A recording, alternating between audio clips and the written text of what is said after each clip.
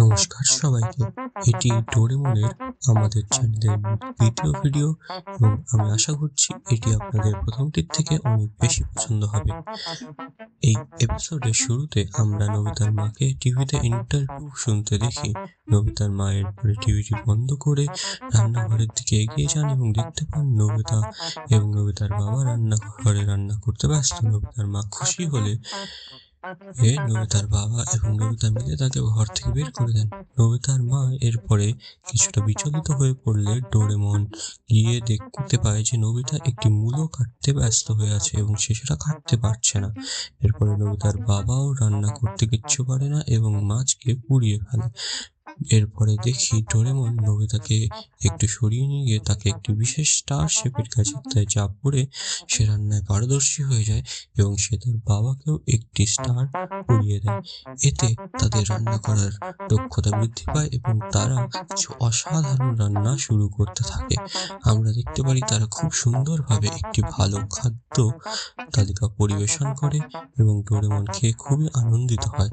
সবাই খুব আনন্দিত হলে নবিতার বাবা পরে আর একবার রান্না করার পরিকল্পনা করেন। এরপরে আমরা দেখতে পারি রান্নাঘরে যা অবশিষ্ট থাকে তাই দিয়ে তারা রান্না করতে শুরু করে, কিন্তু তাদের মাথায় কিচ্ছু আসছিল না।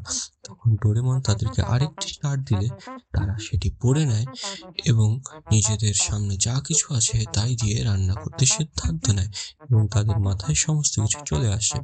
নবিতা এরপরে কিছু বিশেষ উপকরণ দিয়ে একটি বিশেষ রান্না প্রস্তুত করে এবং সেটা আমরা সবার সামনে দেখতে পারি। নবিতার বাবাও টোফু কেটে এক বিশেষ পদ রান্না করতে পারে। এই ভিডিওটি না দেখলে আপনারা বুঝতে পারবেন না যে কত সুন্দর তারা রান্না করতে পেরেছিল। এরপর নবিতাকে ডোরা কেক বানাতে দেখা যায়। এরপরে তারা আরো অনেক কিছু ডিশ পরিবেশন করে এবং সব খেয়ে নবিতার মা অত্যন্ত প্রশংসা করে। এই খাদ্যগুলি অত্যন্ত সুস্বাদু হয়েছিল, যা আমাদেরকে বোঝায় যে এটি কতই সুস্বাদু হয়েছে। এরপরে আবার আমরা তাদেরকে টেবিল পরিষ্কার এবং বাসন পরিষ্কার করতে দেখি। নবিতার মাথায় আবার একটি বুদ্ধি আসে, সে আবার রান্না করতে যায়।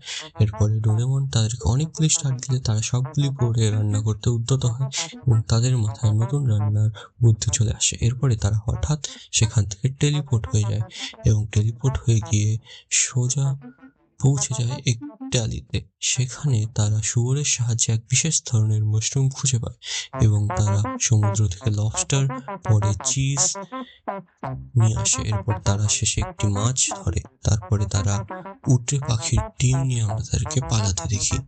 তারা মৌমাছির চাক থেকে মধু তৈরি করে পালিয়ে যায়। এরপরে আমরা দেখতে পারি তারা বিশেষ রান্না প্রস্তুত করেছে, তো এই রান্না করতে তাদের অবস্থা অত্যন্ত শোচনীয় হয়ে উঠেছে।